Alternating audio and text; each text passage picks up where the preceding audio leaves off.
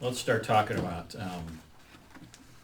Jesus calls us to follow him as he called those guys, okay, the disciples. So let's ask this question to begin with. Here it is up on the screen. Think of your favorite teacher or a favorite class you took. Why was it your favorite? And what made the learning experience memorable? Can I talk about my first Sunday school teacher? Sure. All right, so I went to an inner city church that had a German service and an English service. I didn't speak English yet. My Sunday school teacher was an African American. That term did not exist in those days yet, so she was colored. Right. Oh my goodness, she had a beautiful voice, and when she took my little hand in hers, I have never to this day felt somebody's spirit like come through the whole soul, like her whole essence, warmth, you know. And I thought she came all the way from Africa just to teach me. She was my African queen. She treated me well, and I have wonderful memories. Bible stories were always heartfelt. She made things come to life. I learned my English through her. Oh my goodness, it was just a wonderful experience, you know, just all the way around. I left that church when I was 12 to start confirmation classes. And I remember a couple of years later we went back to that church for some big celebration. It was, I don't know, 150th anniversary of the church or something like that. And my father said, "Look, there's Mrs. Blockson." And I said, "Where?" I didn't see her, and she was almost right in front of me because I was looking for somebody above the ground. Yeah. She was only 5 feet tall, but she was always larger than life to me. Yeah. So, anyways, that's mine. And I have another one from elementary school, too. And that was, she taught in a one-room schoolhouse, and I thought that was fascinating. Yeah. That was Okay. her first teaching job, so I thought that was cool. Cool. I was going to ask you if you remembered your kindergarten or your Sunday school teacher's name, but you obviously did. Blockson. Joyce Blockson. She had a daughter, Joyce, too. Okay. She was Baptist. Pastor had asked her to teach Sunday school. She was in a very abusive relationship. Her husband was an alcoholic. And that was healing for her to work for the church. And then she just stayed. That was it. That was her new church home. Cool. Very good. Anybody else? Favorite teacher? Learning experience? Not so much teacher, it was science class, 7th grade science. I just loved doing this stuff. And I couldn't dissect a frog now, but I had the best dissected worm in the class, so. That's good. Biology. Yeah, now it would be, couldn't do it, but yeah. Yeah, just, it's, I always think of that. I liked my 7th grade science class.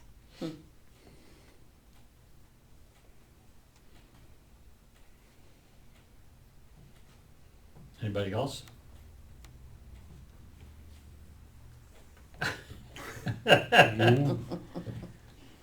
Everybody else had mean teachers. No.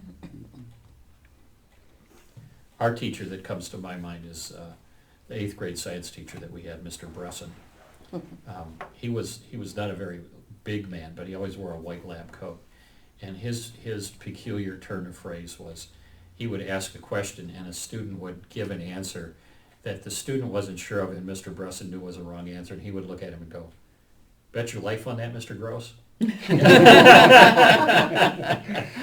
the kid would go, I don't think so. Good choice. Yeah, so even to these days, when there's something we're not sure of, I mean, I'll say, I wouldn't bet my life on it, but I think, Yeah, that's right. you know, that phrase still comes up. That's funny. Yeah, we had a algebra teacher, Mr. Pogela. Bet you dollars to donuts. Yeah. Or a couple three.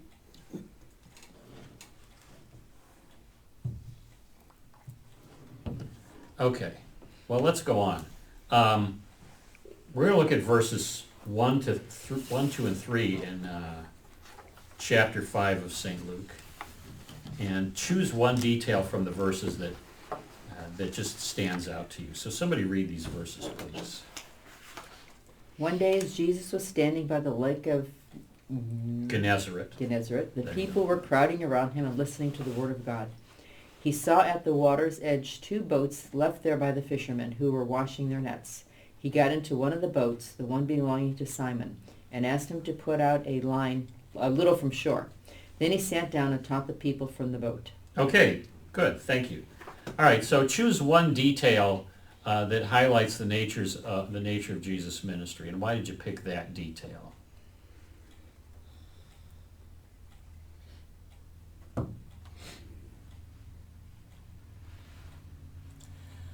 I would say that he asked them to put out a little from shore, Okay, because it seems like this way he could speak to more than just those who were around him. mm-hmm, So he could touch the greater multitude. mm-hmm. Okay. Yeah, that's good. That's accurate, an accurate observation, but it's a good detail. Yeah. In verse 1, because people did often crowd around him. Mhm. They, Yeah. you know, they knew, even when they, at Mhm. times, kind of like, is he who we think he is? Mm-hmm, So mm-hmm. I think that the crowd was always there, Yeah. or often. Yeah, and if you're in a crowd and there's people right around, your voice gets lost real quickly and Right. you need to back away. It's a little bit. muffled. Yeah, it's muffled. Anybody else? He sat down and talked to them. He didn't stand. Yeah. He sat down to their level and just relaxingly had a conversation. Or Okay, talked to them. yeah, thank you for picking that. There's actually 2 reasons for that he did that. 2 practical reasons. One is you really don't want to stand up in a boat for very long. but it's Jesus. He'd be safe. Yeah, I don't think he really had to worry about much. The other is that if he were in a synagogue, as many rabbis were, if he were in a synagogue, he would actually sit down to teach. Okay? You stand up to read the Torah, but you sit down to teach. There's actually a chair up in the front of the synagogue for the rabbi to sit in to teach from. And I presume it's because the sermons got really long, but there is a place in the Gospels where Jesus says, the Pharisees sit in Moses' seat, and so you should listen to their teaching, but don't follow their actions. And the seat of Moses was the teaching chair in a synagogue. So it would have been less common for a rabbi to teach standing up if he had the opportunity to sit down. So Jesus sat down in the boat, yeah. Because you would think when they describe this, he got in the boat and taught the people, they specifically said sat, and that kind of just stood Yeah. out to me, yeah. Yeah. I think it's interesting that he did it right there at hand instead of saying, well, let's all go to the synagogue. That's where the teaching has to take place. He taught on the mountainside. He taught at the boat. He taught here and there, Wherever the people were gathered, that's where he taught. But that's because he was God. You don't have to go to a building. Yeah, but it was also good for the people to not have to, after they trekked around to find him, it was good for them not to have to say, oh, we're going someplace else now. And how many would say, well, I'm not going to go. Yeah. I'll Yeah. just stay here, so he might have Mhm. lost a few along the way. I'm tired. I don't want to walk that far. Yeah. Uphill both ways, are you kidding me? And Yeah. it's snowing! Yeah. In Israel. Summertime.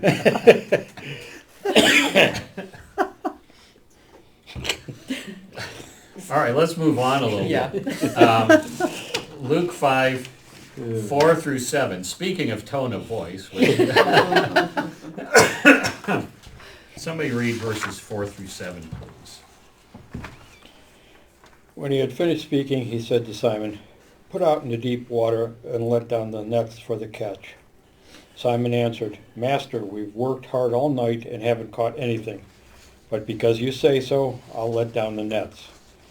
When they had done so, they caught such a large number of fish that their nets began to break. So they signaled their partners in the other boat to come and help them. And they came and filled both boats so full that they began to sink.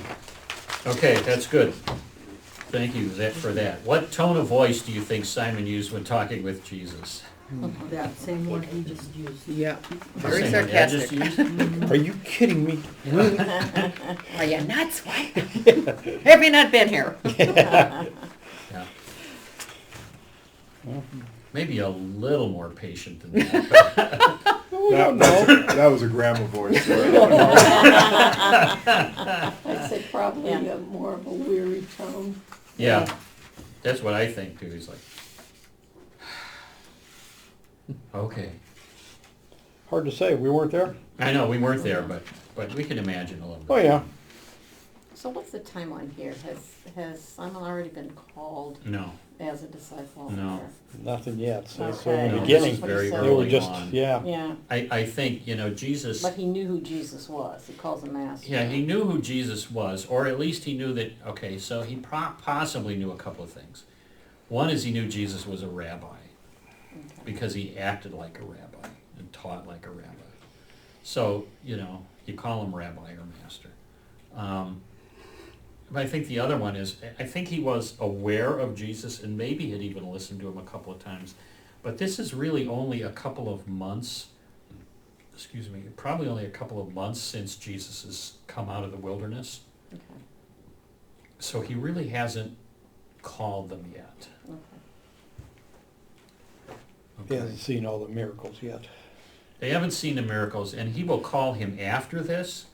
Mm-hmm. When they get back on land, he says, follow me and I'll make you fishers of men. Right. But it's not even for another chapter or two in Luke when Luke says he gathered all the followers around him and chose the 12 from Yeah, those. and it's interesting that he picked Simon's boat. Mhm. I mean, in terms of what is going to come. Yeah, That he selected this boat to go out on, and this is a learning experience. right. I remember Yeah. Being on one of the India trips. We were at a place that had a lot of fishermen on the Indian Ocean, and there were just a whole bunch of boats lined up, of fishermen. And so, I have this picture in my mind that there would have been a whole bunch of boats lined up on the Sea of Galilee. There would not have just been these two boats, but there have been a bunch of them lined up, and he picked the one that belonged to Simon Peter. Mm-hmm. Yeah. Now, was that pre-planned, or because he picked that boat, then he chose? I don't know. For all we know is he could have picked the most seaworthy one. Yeah, or the one that was right there, or whatever. I don't know. He picked Simon Peter's boat. I don't know that it's. I think it would be just pure speculation to say. He had determined from eternity that he was going to pick Simon Peter's boat. This was preordained. Preordained, yeah, Yeah. that it was Simon. I don't know. There's, when you think about Jesus, you got to think there's very little that happened randomly. Yeah. Okay. But to what extent things were set up in advance, I don't really know.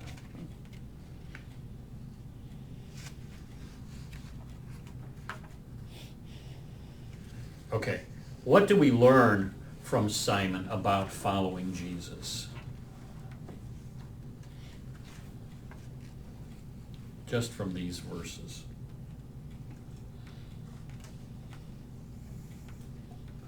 You gotta do what he says.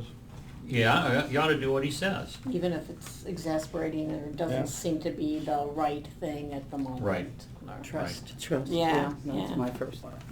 What was Right. that? Trust. Trust. Yeah. Mm-hmm. Yeah. You don't always know the situation, and you just go, okay, fine, I Right. guess. Right. Yep. But you might do okay, fine with a tone of voice like, Right. okay, fine. Yeah. Or, Okay. because you said Okay. so, yeah. But, I mean, That's what I have in life. You know, not the super willing, okay, you said so, I'll do it. Yeah. And Well, I think it's we've all been in usually, situations oh, like yeah. that, you know? Yeah, only it usually comes out, yes, dear. Yeah. Exactly. It's easier that way. you know? Thank you guys for saying that, because Dennis was thinking that. Right. I will tell you one though, my boys every once in a while say, man, Dad, you were right about that. Vindication at last, Yes. right? Yes. Yeah. Yep. Yep. But yet you're still there. Yeah. It's like I've always said, it's easier to say, yeah, okay, fine, because later on you're going to do it anyways. Yeah. You know, it's like, you're not going to get away with it. Get it over with. Huh? Yeah, but had you done it the first time, how much easier would it have been? Well, you can't have it always like, you know. Yeah.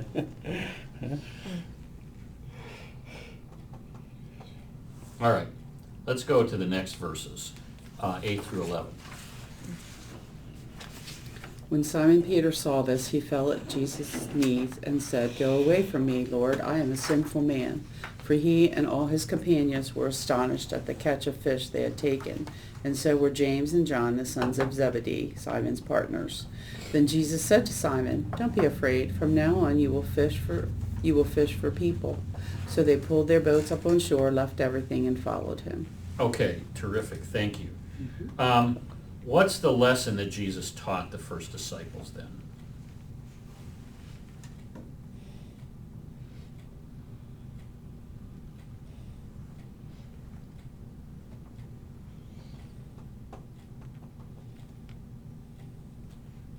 Have no fear. Have no fear, okay. Trust in me, you can accomplish anything. Okay, trust in him and accomplish anything. You're not going to tell me no. Well, yeah, I mean, you know. yeah.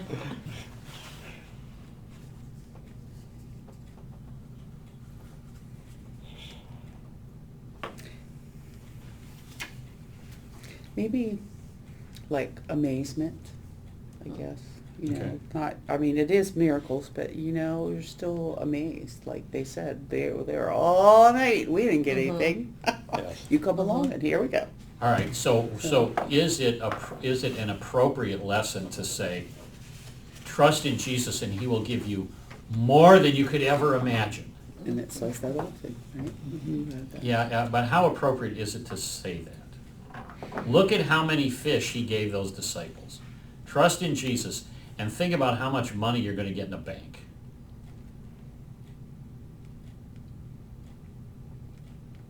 It's not about the money. No. But I mean, do we Go ahead. always expect if it's just there? I mean, I don't do anything that I think is that.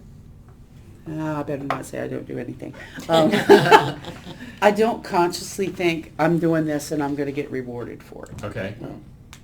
okay. There's a lot of- Whatever good things that I know I do because of him, Mhm. I don't think I got a reward. It's just there. And Sometimes the reward is not money. Mhm. well, absolutely. You know, I Sometimes mean, it's look just at waking how up look at how many and people say- out there that are rich beyond belief and have absolutely no faith whatsoever. Right. Right. Yeah. You know, they just care about the And almighty not really dollar. people That's that it. care about Yeah, them nothing either. else. Yeah. You know, and there's people that are truly 100% believable and everything else like that and have nothing. Mhm. So, you know, My mother would tell me, your reward is not here. Yeah. It's not- I asked the question the way I did because I hope you're aware, even if you don't pay attention, and I hope you don't pay attention to them, but I hope you're aware that there are quite a few preachers these days who it's all about the material stuff. Oh, yeah. You know, as if this were a normal Christian experience. You trust in Jesus, and he will give you all of this kind of material stuff. You know, I don't know how much Peter and Andrew would have been able to sell all these fish for at the fish market. But, you know, they probably would have been able to put food on the table for a while, maybe make a mortgage payment. yeah, but even here in the last statement where it says, so they pulled up their boats, left everything and followed him. That was it. So all the fish are there? So it's, That's what I you know, was, yeah. so it's here. Everybody take what you want. Yeah. Right. You know, it's not mine, it's Yeah. yours, Those do whatever you material want things with were it. not Yeah. important. So it's like, I don't Other care about things. that now. Right. Right. You know, I have this, I'm doing this, that's it, too bad. Right. And they weren't following Jesus because of the reward. Yeah. Because of the Right. material Right. reward Right. they got. And thank you for saying that. That's important to say because, like I said, there's so many preachers these days that say you will get material rewards if you trust in Jesus, but there is something to be said, even more important, for following Jesus and trusting Him without even being concerned about the material reward that you're Right. going to get. What are you gonna Well, the get? whole thing is just to Do it. believe, You're right. you know, everything else doesn't matter. I feel believing is our It's our reward is our reward. daily blessings that He gives us every Mhm. day without, you know, Mhm. things that we just do and take for granted. That's all a blessing from God. Mhm. And that's the reward, or, you know, that's, I don't wanna say, call it a reward, but that's, But it is. He believe, does you know, have that's, or be you know, you rewarded. believe and you try to follow the best you can, and you get your daily blessings. Yeah. Or is it basically the final reward is that you go to heaven? Well, yeah, it's the final one, yeah. Yeah. You know? It comes after that. You might not get nothing all your life, Mhm. but at least you'll end up in heaven with Him, and, or, you know. I mean, it's, everybody's got their own thought process, but still, maybe that's all it is. Mhm. You know, everything else is irrelevant. It all depends Well, you on get to a what point where you know consider it's your irrelevant. reward. Yeah. Yeah. We get there. You know? It's like, I get up every morning, that's my reward, doesn't matter. you Like know? you were talking last week, having these things. It's hard to say. Mhm. Didn't matter. I mean, I think that's something you could talk about for hours, you know? Well, that's like we've said all along, we've got family members who have quite a bit of money, but they don't have happiness. Right, they don't have a life. We don't Mhm. don't have a lot of money, but we have an overabundance of happiness. Right. And maybe that's the And true food. reward, Yeah, Mhm. and we have each other and we can do what we want. We're up every Mhm. morning, Mhm. and I consider us richer than they are, Mhm. because it's not the monetary that Right. counts. Nope, you can't take it with you. You know?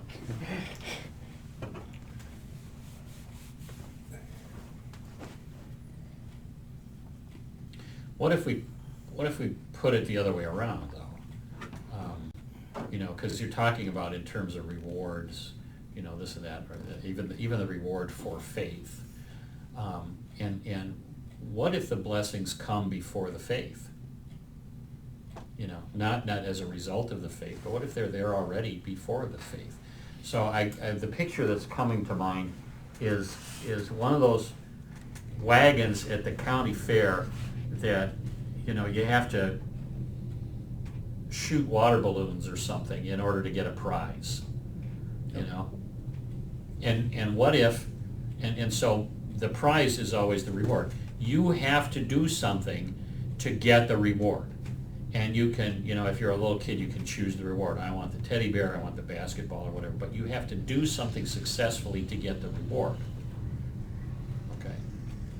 What if we work it the other way around and say, you know, God gives you the prize before you actually do anything. He's like, you know, if he were the guy at the fair, a kid would walk up and he would say, oh, good, you're here, you can have a teddy bear, you can have a basketball, whatever you want, you take that, and then he gives it to you, and then he says, now, do you want to play the game? Sure, I want to play the game, even though I already have the reward. You know, because little kids love to shoot water balloons. Right. So is that more like the way God works with us? To say, I'm going to give you the reward first, and then just let you play to your heart's content. Knowing that you don't actually have to do anything to get the reward.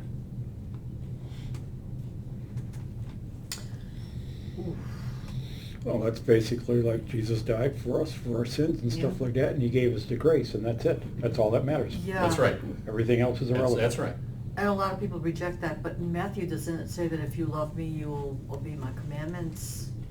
So that doesn't give you full license to play and do what you want. You still have to follow. All right, I understand that part. Yeah. Okay, but I'm just trying to get around, I'm just trying to get back us around to the beginning so that we don't, because I'm not, even if we say we have faith and that's our reward, we're still we're still kind of in the example of saying you do something to get something. And I'm saying, what if God has already given it to you and you just go along with the flow? Okay, you already have the reward. You already have We the. do. He Yeah. said Yeah, that. that's what But it then is. you're, Yeah. you're Yeah. a child of You're God. with the You're flow. chosen already. Yeah. So Right. there it is. Right. Well, Doesn't that's mean like everything Paul you go said, along that with it everything goes so doesn't well. matter, Right. We are like children. because basically the Jewish doctrine and everything else like that is gone, Yeah. Yeah. Yeah. And everybody still relies a lot on the Jewish doctrine and saying, we have to do this, we have to do this, we have to. No, you don't. Mhm. That's all gone. Mhm.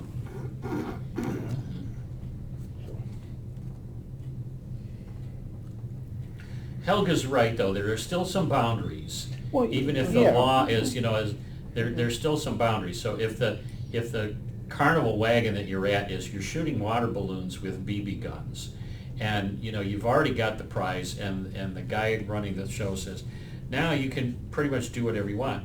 There's still a boundary. You get to shoot the water balloons. You don't get to shoot each other with Yeah. BB guns. Well, yeah, there's still Okay. boundaries, but what I'm saying is Yeah. that the Jewish law was for at that time, and then once Christ died for us, that was it. A lot of the law was gone. Right. Right. I mean, we still have the commandments, we still have the few things and stuff Right. like that, but other than that, a lot of people are still living in those laws. Right. And they say, we have to abide by them and everything else. Right. No, you don't, not anymore. Right. Right. All right, let's go on to the last reflection question there. How has Jesus called you to be his disciple today, and what does that mean for your daily life?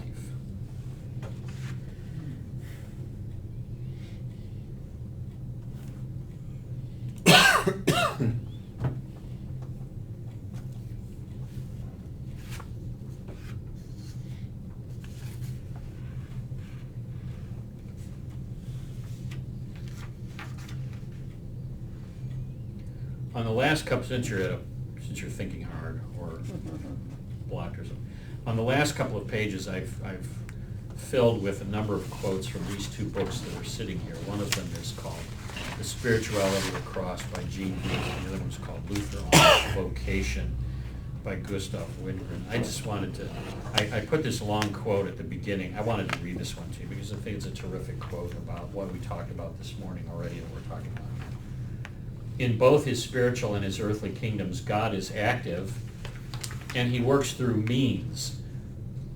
In the spiritual realm, he works, as we've seen, through the word and the sacraments. In the earthly realm, he works through vocation. This is from the book on Spirituality of the Cross. In the Lord's Prayer, we ask that God gives us our daily bread, which he does. He does so not directly as with the manna to the Israelites, but through the work of farmers, bakers, food service workers, grocers, and many more. In fact, he gives us our daily bread through the functioning of the whole accompanying economic system. Employers and employees, banks and investors, the transportation infrastructure and technological means of production, each part of which is interdependent and necessary if we are going to eat. Each part of this economic food chain is a vocation through which God works to distribute his gifts. God heals the sick. While he can do so directly in a spectacular, unmediated miracle in the normal course of things, God heals through the work of doctors, nurses, and other medical vocations. God protects us from evil. This he does by means of the vocations of police officers, attorneys, judges, and the military. God teaches through teachers, orders society through governments, and creates beauty through artists. Luther pointed out that God could have decided to populate the earth by creating each individual and each generation separately from the dust. Instead, he invented families. Husband, wife, father, mother are vocations through which God extends his creation and exercises his love.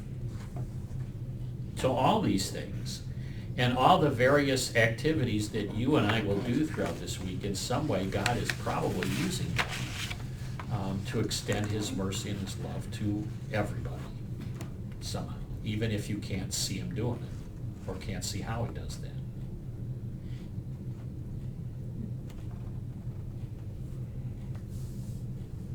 What do you think about that? For me, it's really apparent because of my music. You know, I feel like it's a ministry in a way.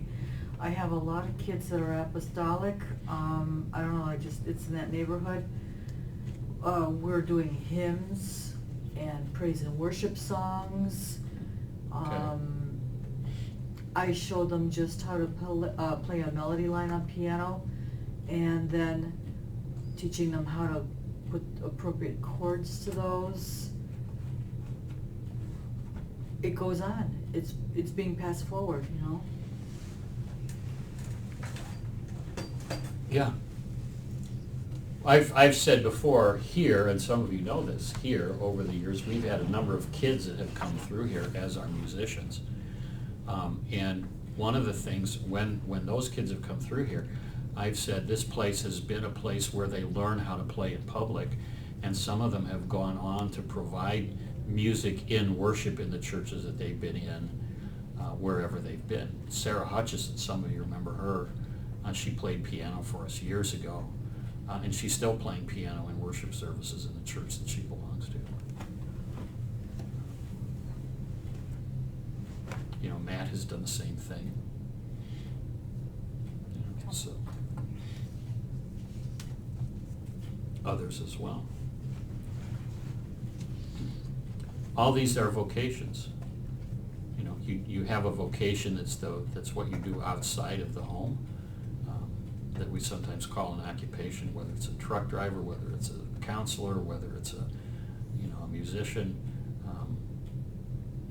and then you have vocations in the home too, like father, mother, husband, wife, grandparent, whatever, as well as in the community, citizens. So when you go vote, that's following a godly vocation.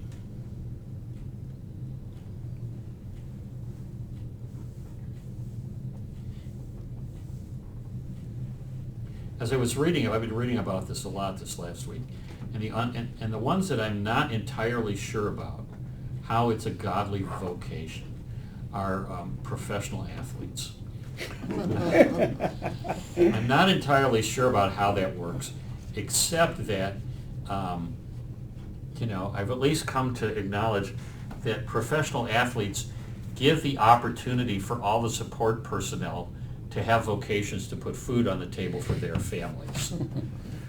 You know, whether it's the producers or the analysts or the statisticians or the hot dog guy, at least because of professional athletics, they have opportunities to feed their families.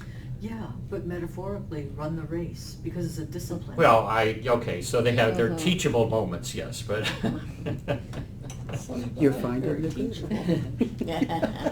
You're finding the good, the positive. down toward the bottom of the page, My boss used to actually call it 2 power. paragraphs underneath it, it says, Never see the every dogs. legitimate kind of work or social function is a distinct calling from God. Vocation does not just mean job. In fact, our vocations are multiple, and they exist in these realms, what Luther called estates: family, workplace, citizenship, and the church. And then he says, this is the purpose of all vocations, to love and serve our neighbors. God does not tell us to love humanity in the abstract, but to love our neighbor, the actual, tangible, smelly, it's a human being whom he calls into our lives. It's like Linus once said to Charlie Brown, I love humanity, it's people I can't stand. Yeah, but it's the people that we're called to love. And then this one is important. There are some occupations such as robber, drug dealer, hitman, or pornographer that are not vocations at all, since they are intrinsically sinful, being incompatible with the love of neighbor, aiming to hurt and corrupt rather than to serve. Okay, so that's an important thing to keep in mind. Gangster is not a vocation, guys. That means I gotta change my profession now. No, yes. Here's his permanent little boy. Yeah, that's true.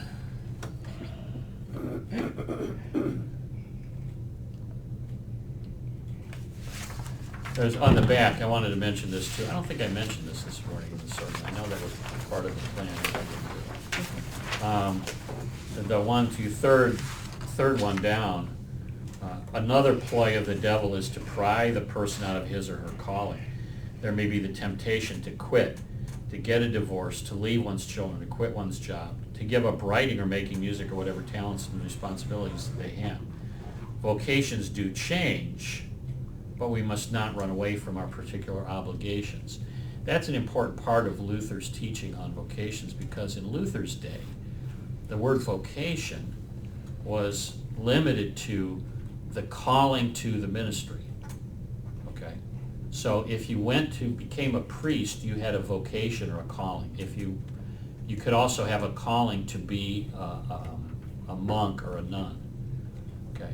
But to be a carpenter wasn't considered a calling to the same degree. All of these priestly ones were the high degree. So you'd have this calling. And sometimes people do that these days too, you know. Sometimes somebody's to become a preacher. When did you get the call? You know, when I talk to other preachers, when did you get the call? And my answer is, I don't know. You know, it was just kind of there. But in Luther's day, what happened was that people were taking things like this Bible passage and this notion of vocation as a way to abandon their responsibilities they had to their families. And Luther hated that. In fact, he wrote against that in several places. There's all kinds of people in the priesthood and in the monasteries who, you know, like, well, one day, maybe they got tired of being surrounded by 8-balling kids and a carpentry business that wasn't productive and a screaming wife and all this other stuff. And the guy finally had enough of it and said, fine, I'm going to go to become a monk. I'm leaving. I'm going to become a monk. I'm leaving all this. And besides, it's a higher calling, you know, and so God approves of me becoming a monk. God doesn't approve of me divorcing you, but he approves of me becoming a monk, so I'm going to go and become a monk. And their monasteries were full of guys that did that. And Luther just said, you know, that's just abandoning your responsibility. That's abusing the notion that God is calling you. That's using God as an accomplice for your delinquency. So we have to be careful about that. You know, yes, there are times when callings change or when Jesus comes with a different calling like he did with Peter and James and John, but to leave everything and follow Jesus is not the normal Christian experience. That's what he did for the apostles. That's what the apostles did. But the normal Christian experience is not to give everything up and follow Jesus like that. That's when it becomes like a cult. And we're not a cult. We follow Jesus in our homes, our families, our work, our relationships, not by leaving them, but by staying in them and following Jesus. That's the normal Christian experience.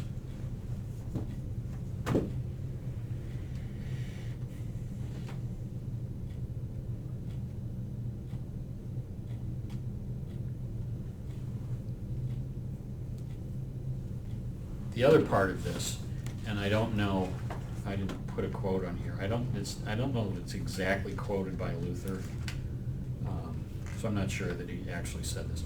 But the other part of this is this: you don't have to hang a cross on the grill of your truck to let everybody know that you're a Christian truck driver. Okay? You just have to be a Christian truck driver, whatever that means. Maybe that means you're a little kinder than some other guys. Maybe you're a little gentler than some other guys. Maybe it means you got a little more patience than some other guys. Maybe it means that people actually notice that. Well, we'll put a cross on the truck. I'm not, no, don't put a cross in the truck instead of doing those things, you know. That might be false advertising. I always told the boys to beware of people that wear a cross like a badge. Yeah, Because it's Yeah. not necessarily right, what they're representing. yeah. I You know, have- George Michael used to wear a cross, Yeah, Yeah. and I kind of wondered what that was all about. yeah. Well, so did Flora and a lot of the other ones too. Yeah. You wonder. Go ahead, Helga. I'll be right back. Mm. I have a kid that made me one. Oh, It's in my okay. car. Okay. I couldn't believe it. He brought it to class to me today. One day and just said, "Here, this is for you." How And about then he that? almost threw it at me because he was kind of embarrassed. Stick to the How that forehead. goes. Here it is. Goodness. Yeah. All right, so comments or thoughts while Helga's getting that questions.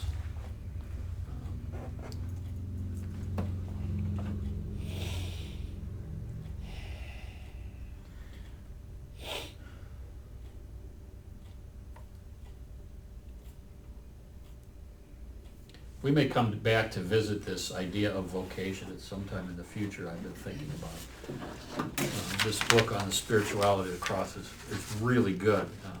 Gene Veith is not a pastor. He's not a theology professor. He's actually a professor of literature. He's a layman who was not born Lutheran, but he loves the Lutheran Church. He grew up, and he's very involved. He's been on our campus teaching at Concordia Mequon. And this book is all about...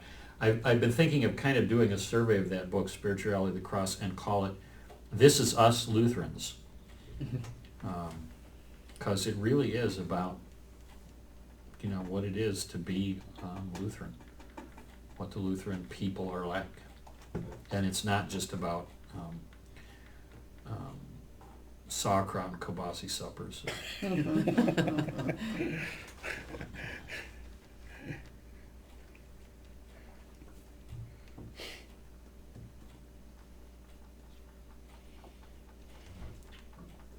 Okay, any other thoughts, questions, comments, ideas, related or unrelated to this? Okay, here's Helga's cross. Oh, your student made this. Yeah. Wow. Cool. We have an Wow. art class that. In art class. It's a jewelry making class, and I don't know, this kid, Cool. It's pretty. yeah, how about that, right? You know, you can pass it I'll let around. you pass it around. You must touch him in a certain way that he, Yeah. that's, Wow. feel honored for that. Mhm. Yeah, real shy, real awkward kid, and I just listened to him, just, you know, he used to wanna talk to somebody, and and I would just No, that's why. listen to Yeah. him. That's Yeah. why, because Yeah. nobody listens. Uh-huh. Nobody Uh-huh. talks either, Yeah. except in anger. Yeah, No he was just an frustration, awkward something. kid, and then, found out later on, like a Huh. month or two after that, found out he had diabetes, you know, Mhm. so that was just a, Thank you. yeah, public school, huh? You know, not even Wow. parochial. Yeah, it's, That's cool. yeah. Very nice. Nice. Thank you. You're welcome. Wow.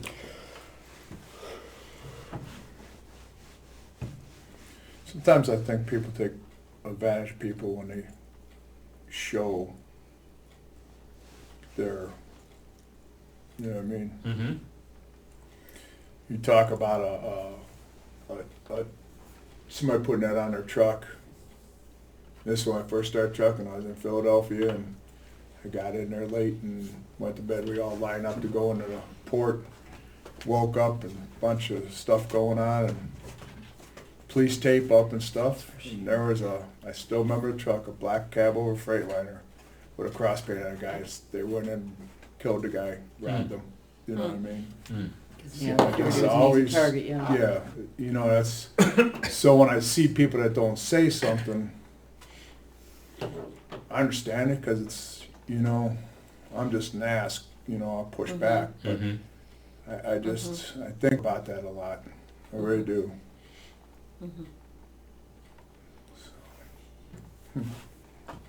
Sometimes in the situation, it's just self-preservation. Mhm. When you're up against those who don't care. Yeah. Yeah, but, you know, the flip side of that is to say, you know, as a Christian truck driver,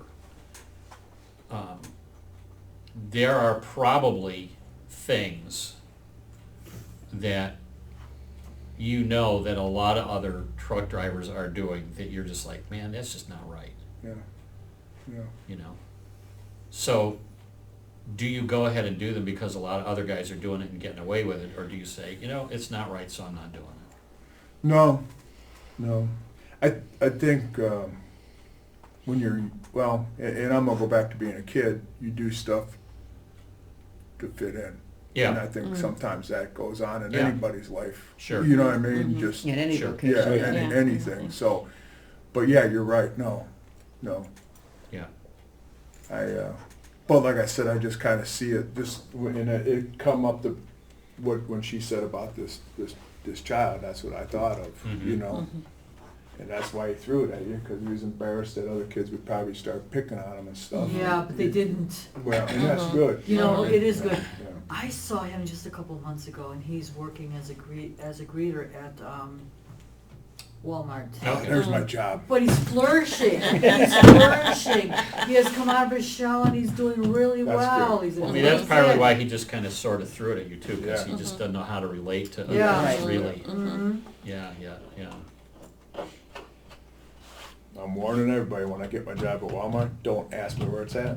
Because you're That's what gonna they want the teach you. response. Yeah. They teach you to know where everything is. Hi, welcome to Walmart. You're on your own. Just don't use that as a reference. Yeah. Yeah, I was gonna go to Walmart today, but I saw Dennis was working, so I just went to Target instead. The official greeter. Yeah, I could see me doing that. Where did you get them pants? Your parents let you out of the house like Yeah. that? Or could you put pants on Yeah. instead of your pajama bottoms? Yeah, Yeah. exactly. Go up Or- your pants. Yeah. Yeah, you know, you're 60 years old. You still can't dress yourself?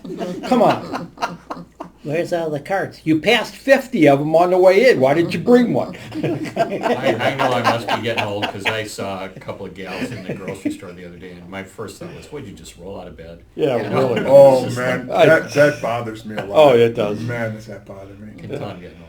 My big thing is when they wear their slippers. Oh, Oh, yeah. Because yeah. you know they go home and they wear those slippers in their house and probably lay in their Yep. couch with them or crawling Yeah. in bed. It's And like- it's like, ew, ew. Laziness is just Yeah. getting, you know. It's not a fashion statement to wear your bunny slippers to Walmart. Mm. Yes.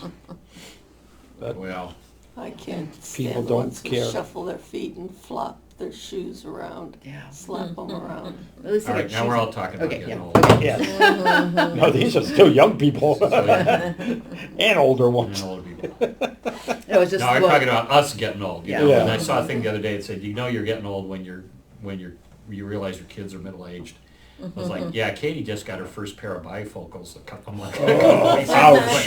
now we know we're getting old. Yeah. My daughter's getting bifocals. Right. It's like, Yeah. We all face it, but still. Yeah, no, and that's not a thing of us getting old. It's just a thing of this new generation has no self-respect. It's they Yes. just Yeah, but don't the thing care. is, it's not just a new generation. You see a lot of older people doing this now. Well, that's a personality. That's Yeah, I fine. mean, it's just Yeah. personality. Blame it on that, right? Pants that I could have sworn I put them on this morning. Where are they? Did you change your diaper before you left? No, that's not what you Yeah. I walked out the door with my slippers on the other day, didn't I? Yeah, I yeah. turned around and came back and said, I guess I should put my shoes on. Yeah. Yeah, it's like, All right, enough is enough. We've lost control. We've lost everything. So, anyway, happy Father's Day to the dads. Happy Father's Day to the moms and everybody. You know, just enjoy Father's Day. Enjoy this day. It's going to turn out to be nice, maybe anyway. Yes. But God has given us this day, whatever it brings. So Yep. take care. And let's close with prayer. Lord Jesus, we thank you that you not only called the disciples to follow you, but that you call us every single day to follow you in all parts of our lives. So help us to do that. Help us to know that you are watching over us, you're calling us, you're guiding us, and you're giving us the skills and the abilities and the knowledge to do what you've called us to do. Thank you for that love for us. In Jesus' name, amen. Amen. All right, thank you very much.